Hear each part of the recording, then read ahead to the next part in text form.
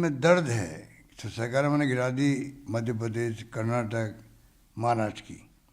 Rajasthan government गिरा नहीं पाए हम लोग। वो जो उनके दिल में दर्द है वो झलकता बार बार पिन पॉइंट करके। देखो धावा बोल दिया और राजस्थान पे, वैसे कैंपेन उन्होंने किया है। सरकार इस बार रिपीट हो गई, ये निश्चित है, क्योंकि माई बाप जनता होती है। जनता का मूड इस बार रिपीट करने का ही है। मैं केरल गया था, केरल के अंदर 70 साल तक एक बार कांग्रेस एक बार कम्युनिस्ट पार्टी के शासन आते थे। इस बार सिर्फ इसलिए रिपीट हुई कम्युनिस्ट पार्टी गवर्नमेंट कि कोविड में अच्छा काम किया। तो अगर वहाँ के लोग समझदार, हमारे लोग भी कम समझदार नहीं हैं, लोग समझते हैं कि यहाँ भी शानदार काम हुआ कोविड का। बिरोड़ा मॉडल हमारा पूरे WHO तक पहुँच गया। और साथ में जो हमने कानून पास किए हैं वेलफेयर के, स्कीम लेके आए हैं, राइट टू हेल्थ का एक्ट बना दिया, चीनी योजना लेके आ गए, जो 25 लाख का बीमा था 50 लाख का कर दिया। हिंदुस्तान में कहीं पे भी नहीं है। OP लागू कर दिया, जो कर्मचारियों के लिए बहुत बड़ी उपलब्धि उनके लिए, क्योंकि उनकी सिक्योर हो गई रिटायरमेंट के बाद लाइफ। मैं समझता हूँ कि और भी कई कारण हैं कि जनता का मूड देखते हैं कि लगता है कि हमारी गवर्नेंस को, हमारी स्कीमों को हमारे लोगों ने लाइक किया। इसलिए कई चले और राजस्थान में एंटी इनकम्बेंसी नाम की चीज़ नहीं मिलेगी आपको सरकार के खिलाफ में। ये बहुत बड़ी उपलब्धि हमारी है। तो अगर सरकार के विरुद्ध में कोई लहर नहीं लग रही है तो संभावना ये है कि आप सरकार बनाओगे वापस।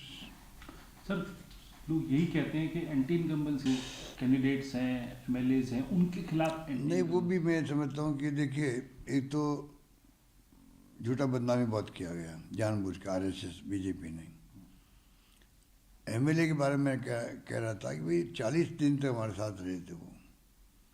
जिस प्रकार BJP का जो षड्यंत्र है सरकार गिराने का, हॉर्स ट्रेडिंग करके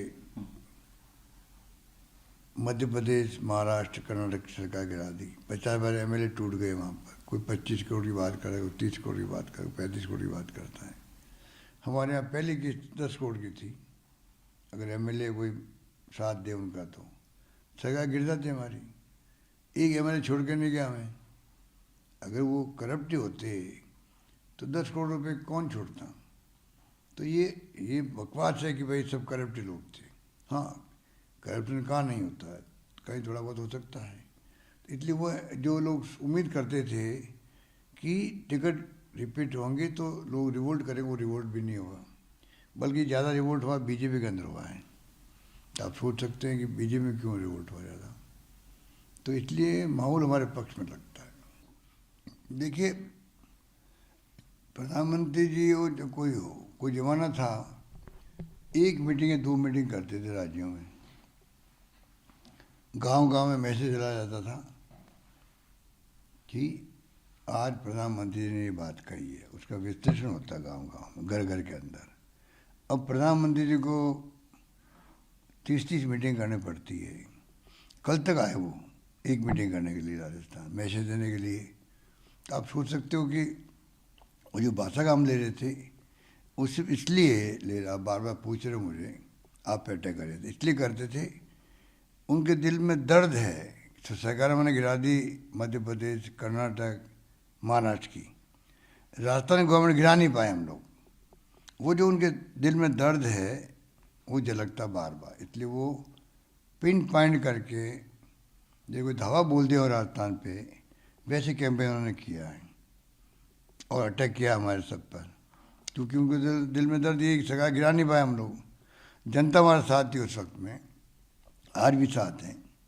हाईकमान पूरा मैनेजमेंट किया और आप देखा कि लाख कोशिश करने के बावजूद भी असेंबली सेशन बुलाने तक रोका गया, तब भी सरकार गिरी नहीं उनसे।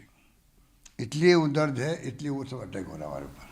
सर, आखिरी और बड़ा महत्वपूर्ण सवाल, जनता से क्या कहेंगे आज जब मतदान करने जाए जनता, तो क्या अपील रहेगी? मैं एक अपील करूंगा कि अगर छोटी बड़ी गलती भी कहीं हुई है, मान लीजिए गलती मुझसे भी हो सकती है, पर आपको अभी राज्य के हित को देखते हुए, राज्य के इंटरेस्ट के अंदर जब हमने सुशासन दिया है, इतनी अच्छी स्कीम दी है, हम चाहेंगे सरकार रिपीट होगी तो ही ये स्कीमें वापस मजबूत होगी, वरना कई स्कीमों तो सरकार आते ही वो ख़त्म कर देते हैं। हमारे पहले भी रिफाइनरी बंद कर दी, मेट्रो बंद कर दिया, कई काम बंद कर दिए हमारे। उनकी फितरत में ही बातें हैं। हम चाहेंगे हम स्कीमों को और ज़्यादा स्कीम लेके आएँ, इन स्कीमों को और मजबूत करें, जो गारंटी दी उनको लागू करें।